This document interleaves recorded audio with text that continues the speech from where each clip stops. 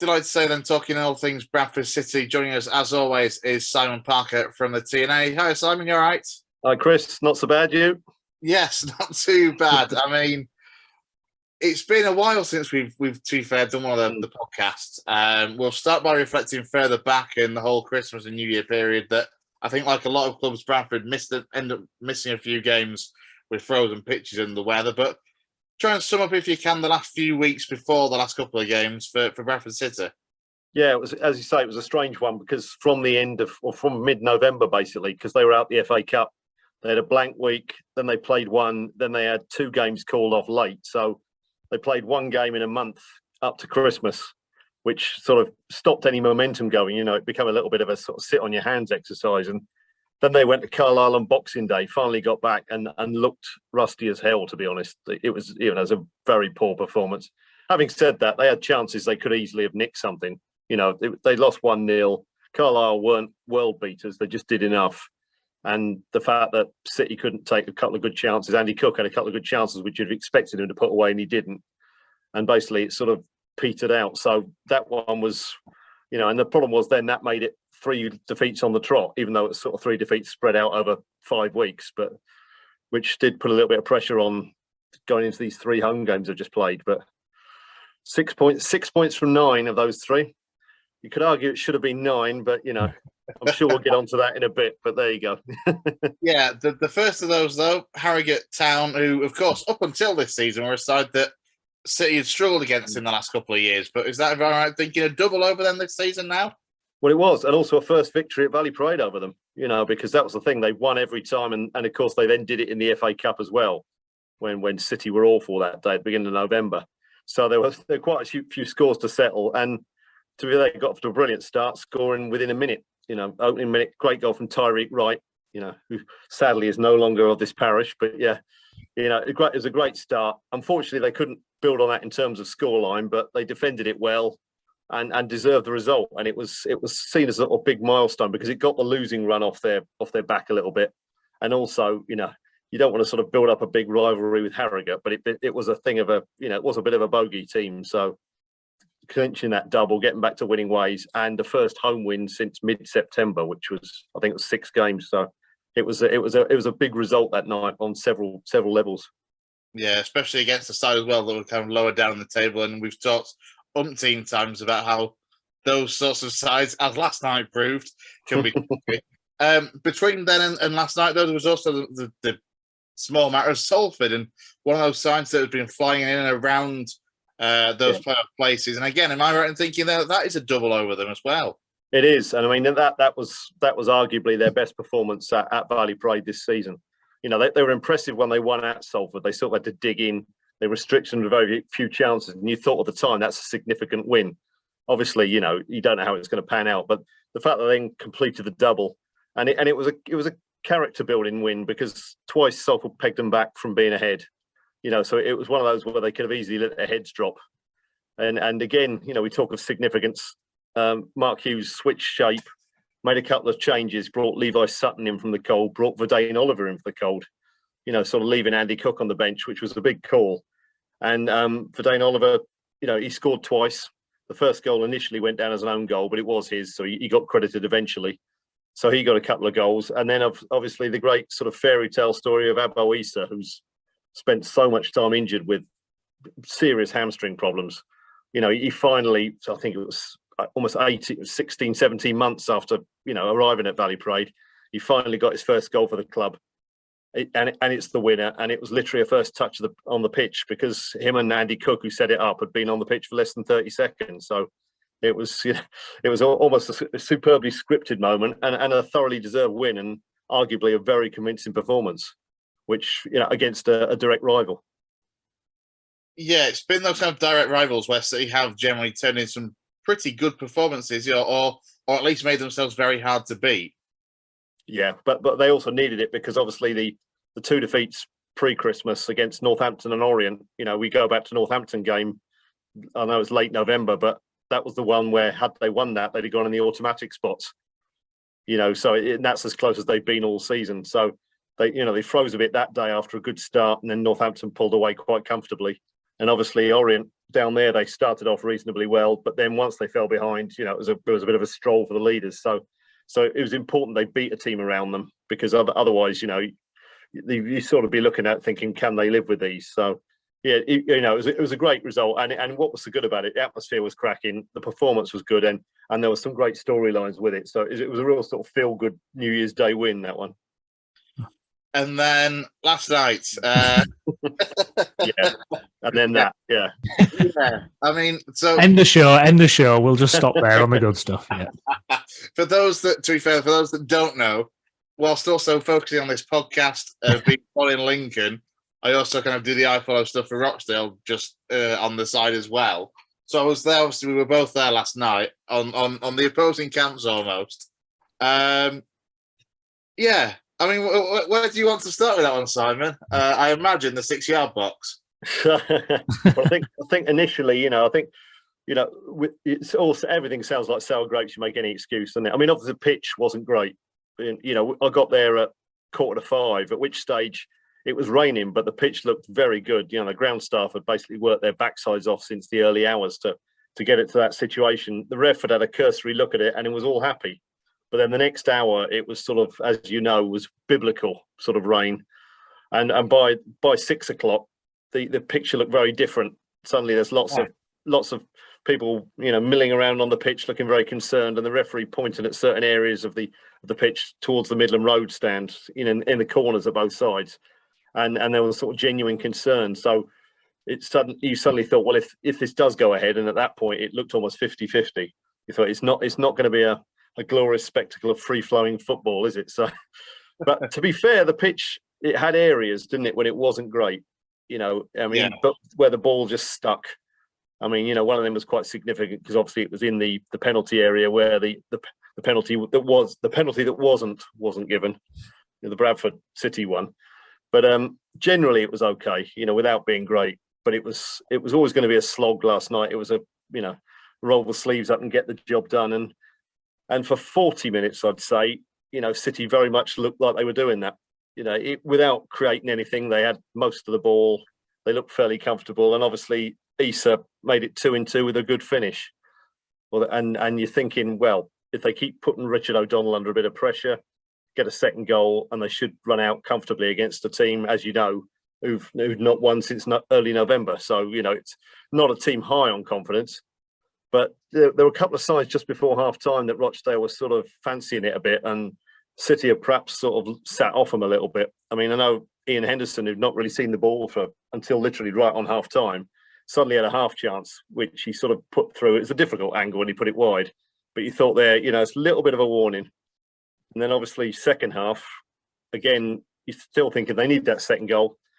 And then Rodney has a free kick which I think caught everybody out. It's quite a clever move, apparently. Someone jumping out the way and taking a man with him, and that pinged off the post. And we were as confused as everyone about that. We were like, how the hell has that hit the post from that distance out of absolutely nowhere? I think it was a planned move where a teammate sort of makes a run and took one of the wall with him. I think Harry Chapman went with him, so I'm told. Obviously, from our angle, you couldn't tell, but and left a gap there. And it caught Harry Lewis on the hop, pinged back off the inside of the post. And you thought, right, that's a huge warning there. Just, buck your ideas up and keep an eye on this lot. Just need that second goal. But again, it looked like it was coming. They were on the attack, going to the sort of the big moment, the big turning points. Yeah. I mean, Abo Issa goes into the box. Ebanks Landell comes across with, when you slow it down, a very good slide challenge. But obviously the ball held up because it was one of those areas where it wasn't rolling true. And he sort of took the player with him as well. And it's one of those, well, sometimes the follow through gets given, doesn't it? And it was a huge shout. Yeah. In commentary for Dale last night, I said I honestly thought that Rochdale got away with one at first, because from our angle in particular, being kind of middle of the family stand, it was impossible to see anything other than he's just taking him out. So I said to myself, like, I think we got away with one. That looked a stone waller. Yeah. Particularly at the City end as well, being in front of the Kop, the crowd are roaring, and it seemed a fairly straightforward decision to make. I mean, ultimately, if you slow it down, you'd like to credit the referee for making a very good call, but having seen the referee's performance generally, I'm crediting him as You know, actually got one right out of a few, but it wasn't a convincing decision at the time. Yeah, no, I mean, when I saw it, I thought absolute penalty. Like my mate sent it, City fan, he sent me it after he went, just look at this. I thought, oh, penalty. Yeah, definitely. Well, I think, you know, it's one of those where if it happened at other grounds, you know, short of VAR slowing it down image by image, you'd probably get it 8 times out of 10. Yeah. And obviously it was compounded by the fact that 2 minutes later, there's one at the other end, which the more you look at it, I mean, Mark Hughes was livid about both straight after the game. And when you watch the other one, you know, Halliday is clearly pulled by Rodney as they go for the ball in the corner of the box. And it's a coming together. He stumbles, he falls on him, he sort of goes down. But it's one of those, you know, you shouldn't even look at it. If it's on the halfway line, you'd think it's, you know, playable or foul. Yeah. It was ridiculous. Yeah. And, you know, he couldn't give it quick enough, could he? And, you know, fair play to Rochdale. You know, Rodney's penalty saved, but for the second time this season, Harry Lewis has parried one out and it's been the rebound. You know, I saw someone on Twitter ridiculously trying to blame Lewis for not parrying it away from the goal. You know, it's just you block a penalty, it can go anywhere, can't it? But Henderson, you know, the man who's nearly 38, talk about on his toes, wins the you know, the charge for the loose ball, and suddenly the game totally changed. And from that point, City, I think, you know, there's a question mark of how they react to adversity at times. I mean, the Salford game, obviously they got pegged back twice, but there have been a few occasions this time when you know, things have gone against them, and they seem to have, without, not deliberately, but their heads seem to have dropped a little bit. That, you know, it just all becomes a little bit frantic and frenetic and a bit panicky. And there were signs of that last night again. Once Rochdale were level, and to be honest, when Rochdale scored again, we weren't too surprised, given, you know, the momentum had shifted. Everyone of a Rochdale persuasion was definitely surprised. That's all I'm saying. But I thought Henderson, you know, I know he's probably not had the greatest season, but he pounced on, you know, he's right place, right time, isn't it? Close range finish for the second goal, and you know, he's got a good record against City, and you know, that's sort of the poaching instinct which you don't lose, do you? Yeah. Sorry, I was just going to say, should Hughes have made more changes, do you think, than he did at that time? Yeah, I mean, you know, there's the argument about Andy Cook being left on the bench until the 83rd minute. I did ask him about that afterwards, and he said, well, he thought the front two were doing okay. I mean, you know, Oliver was working very hard without really having any chances last night. Issa was the best player in a City shirt by a long way. So they were, you know, he said they were working well together. And he said the problem was, if you brought Cook on as well with Oliver, then you've got to change shapes, and you've got to change, because obviously he sort of move Issa around. And he said, you know, it doesn't, just having two big guys out there doesn't necessarily make it more effective, because you lose the other areas. So, you know, you can argue that both ways, but that's why he didn't make the change till quite late. He still felt the front two would get something. But I think that was the biggest disappointment for me was, you know, I think in the 20 minutes, I think it was nearly half an hour, wasn't it, given the amount of stoppage time at the end. Well, yeah. After Rochdale's second goal, there wasn't really, you know, there was a couple of sort of half chances and balls, pinging around, but there wasn't really any great moment where they were putting the pressure on. I mean, Richard O'Donnell, who you'd like to have sort of seen under a bit of pressure, wasn't. You know, I think 2 shots on target all game. You know, he didn't have much to do at all. No, exactly, and I think that's the thing. You know, you'd have been thinking, right, let's put him under pressure. Last 10 minutes, last 15 minutes, right in front of the cop, and that didn't happen, and that was the big anti-climax for me. Last time I mentioned Ian Henderson, I promise. But I think Rochdale were doing some working out last night. That's his 6th goal at Valley Parade. Yeah. Valley Parade, his favourite away ground to score at. Yeah, it's funny how you know certain players will always do well against you, don't you? Or always do well against other clubs. I mean, remember going back 10 years, 11 years, Naki Wells, I think, scored 7 goals in 6 games against Northampton or something. You know, it's players and clubs, isn't it? And Henderson down the years has been a massive thorn in their side, you know, going back to his original spell, long time with Rochdale. Then again, he put a Salford shirt on, he still scores against them, and now he's back at Rochdale, and, you know, he's nearly drawing his pension, and he's still scoring 2 at Valley Parade. So sooner he hangs up them boots, the better, I think. Yeah, he ended up on TalkSport as well after the game as well, and they couldn't believe just that he's only 37 as it stands. In a couple of weeks. I just want to touch on the atmosphere, though, because one of the things that we've talked about, again, going back weeks and weeks and weeks from when sides have, either turned up and kind of parked the bus or surprised Bradford at Valley Parade, is the way that the crowd reacts, even before the penalty shouts. There was seemed to be, whilst it was still 1-0, that little bit of edge and not quite anger, but just frustration almost that it was still only 1-0 and that City weren't pushing on. Yeah, I think that's sort of born of previous frustration, isn't it? City's home record down the years has not been great. Particularly against clubs that, inverted commas, they should be beating.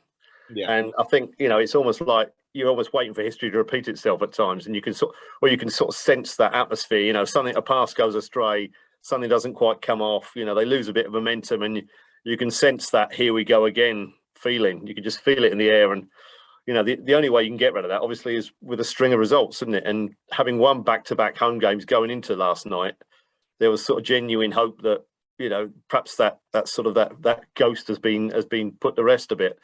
I mean, I was looking at the stats. In fact, the last time they won more than 2 at home in a row in the league was going back to February, March 2021, when they won 4 in a row under Mark Truman.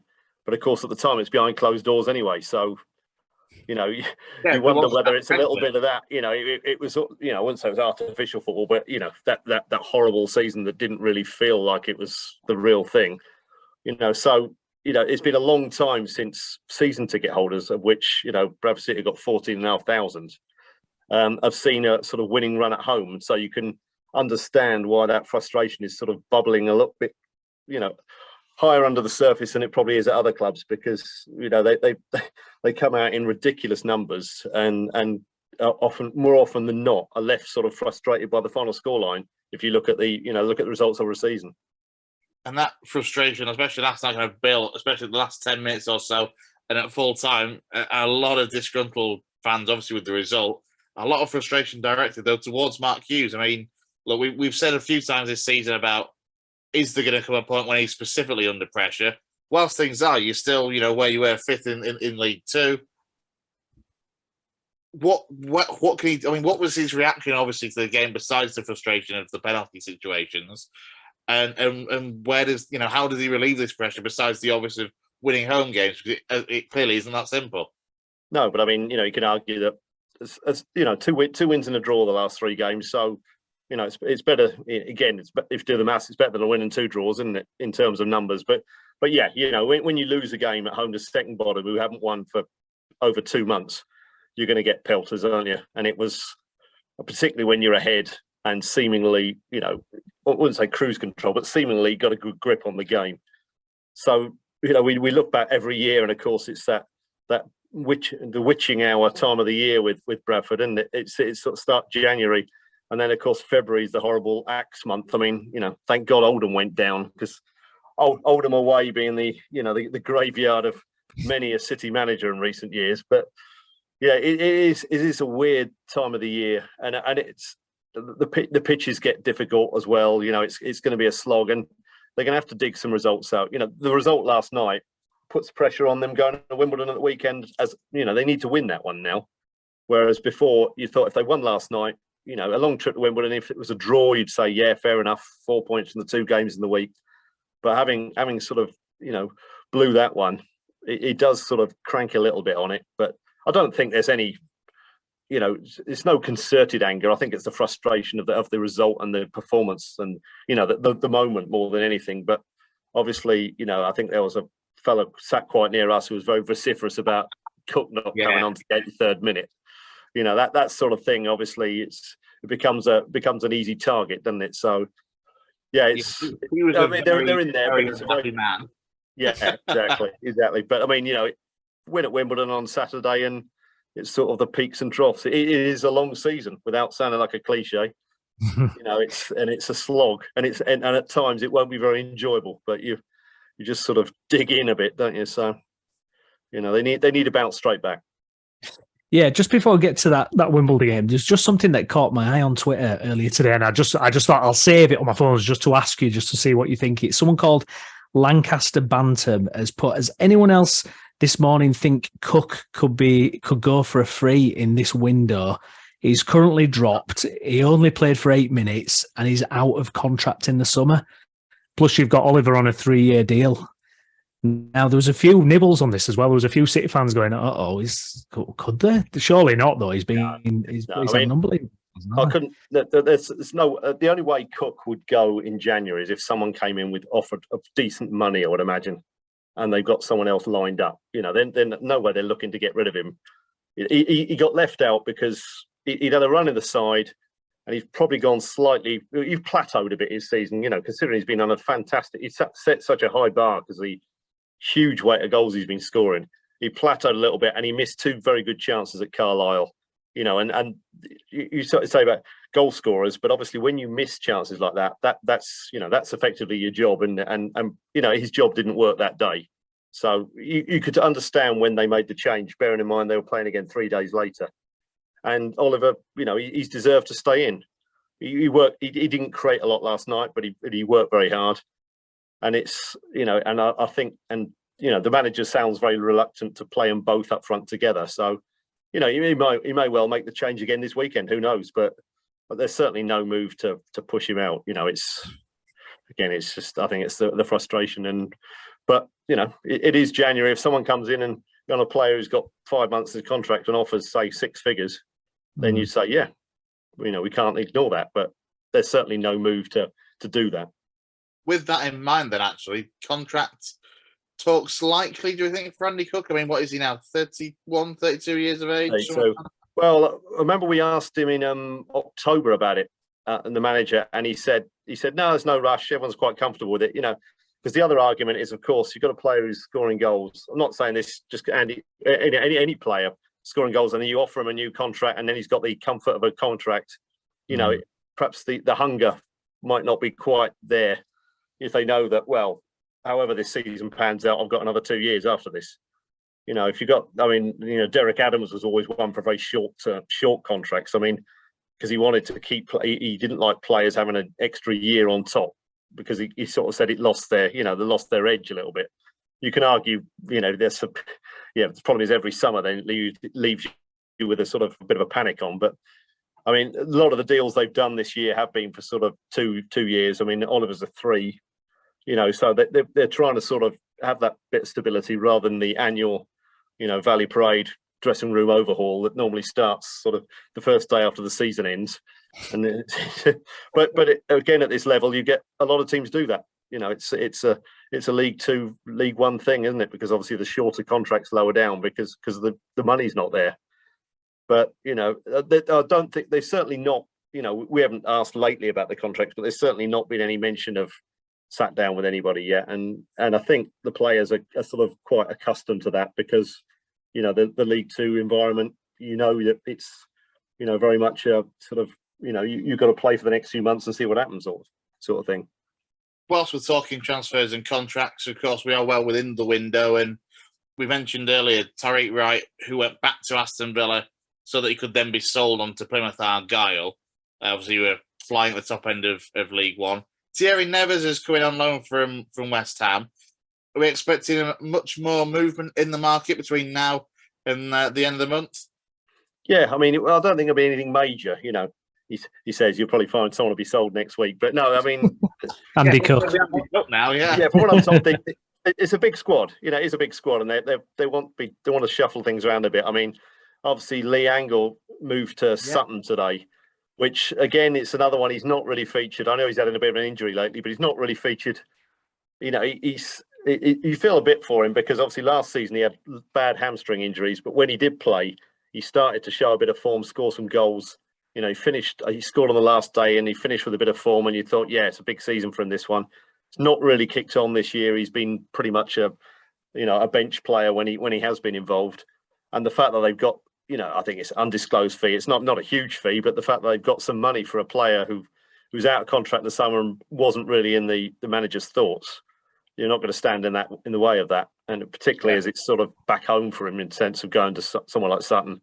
And the same applies, I guess, for Kelleher as well. And he obviously has been sold to exactly. Well, Kelleher, I think that's you could argue it's a great bit of business in the sense that he was on a season-long loan in the National League, which showed that he very much wasn't planned until his contract ran out. And again, Colchester offered money. So it's like, yeah, that's bonus money really, because you're getting these, you're paying to Solihull Moors. You've got that off your wage bill. Plus, you've got a few quid coming in for selling him. So you've got to look at it from a business point of view. I mean, the big one that we're all gutted about was Tyreek Wright. Bearing in mind that it's City were pushing very hard to. Sorry, the dog's getting excited. He was a big fan of Tyreek Wright, clearly. He was a huge fan of Tyreek Wright. He's still gutted about it. City were pushing very hard behind the scene to sort of convince him to make a permanent move to Valley Parade. And there, he was obviously, his contract of Villa was up this summer. And over the months, I know Ryan Sparks was speaking a lot to him, and they were sort of really trying to work on him, and they thought they were there. And then, of course, January being January, I think when an offer's on the table, it can obviously be used as leverage, to attract interest elsewhere. That may well have been the case, and you can't argue, because obviously representatives and people around the player, that's their job, isn't it? So, and when League One leaders come calling, and potentially one foot in the Championship for next season, you're not going to be able to compete with that. But it really did catch them out the blue. I mean, I know going into January, the start of January, they thought Tyreek Wright could well be a permanent Bradford City player. So, to suggest they were caught on the hop in terms of not putting an offer down is simply not true. They've been pushing hard for it. But unfortunately, once Plymouth came in, they were just blown out the water. Yeah. So with Thierry Nevers coming in on loan as a similar type of player to Tyreek Wright on the face of it, obviously, who spent the first half of the season at Newport. What are we expecting from him? And then are we expecting any further additions in the next couple of weeks? Well, we're Nevers, it's very difficult to tell what we've seen in a City shirt, because he got about 3 minutes. Yeah, exactly. So, but speaking to people at Newport, again, he's a bit raw. He's got plenty of pace. He likes to go at defenders and take them on. Which ticks the right boxes. Inevitably people will say, he got a few games at Newport, didn't start a lot, but there was a change of manager there, and the Graham Coughlin, who's taken over, is a lot more. I think the phrase was pragmatic was the word.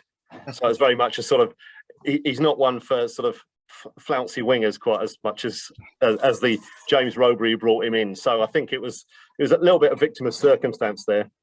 But you could argue, look at his CV and say, well, he's no Tyreek Wright. But when Tyreek Wright came in, he just had a loan spell at Colchester. And the first reaction was, can't we do better than that? A player who's at Colchester, So it's, bearing in mind he came in on the same day as Dion Pereira, who was greeted as a return of the king. And obviously the fortunes of the two players, since couldn't be more different. So, you sort of see what happens. But don't write someone off just because they've had a loan spell at someone which doesn't sound particularly attractive, But in terms of other players coming in, yeah, I mean, there will be. I mean, obviously, the angle going opens up a gap up front, doesn't it? So I'd expect that to be filled. And, you've got others on the fringes, Jake Young, who's not really had a game for ages. You'd expect him. I'll be surprised if he doesn't go out on loan somewhere.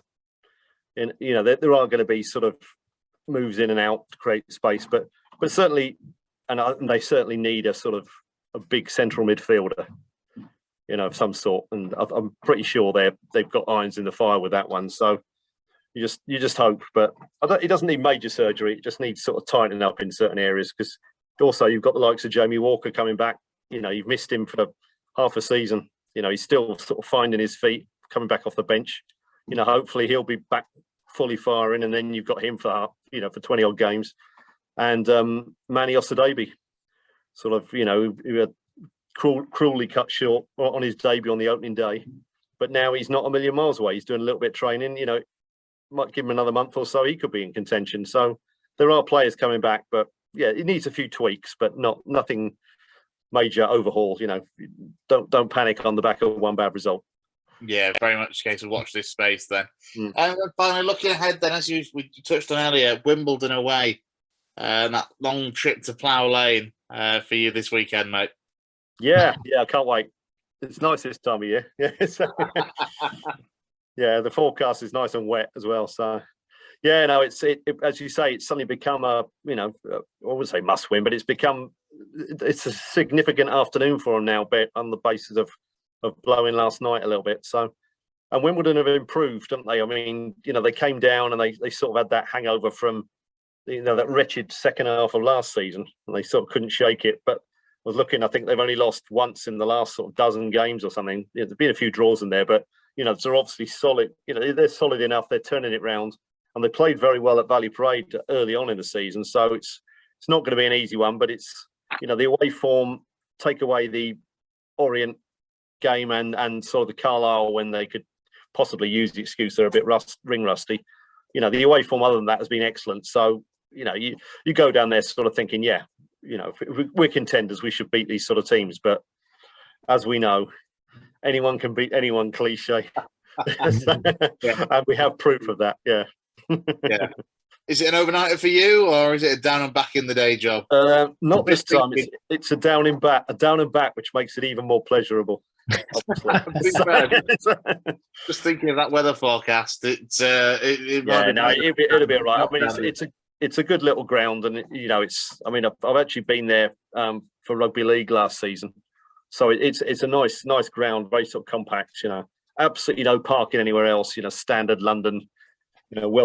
Standard London welcome. You can't get anywhere with a car, but other than that, it's a decent ground. The surface, obviously, we don't know with the rain they've had, but the surface generally there is pretty good. So hopefully City can play on it, and put things right. Fingers crossed. Well, thanks as always, Simon, for joining us here on the Route 1 show, mate. We'll speak to you next week. Cheers, fellas. Take care. Cheers, Simon.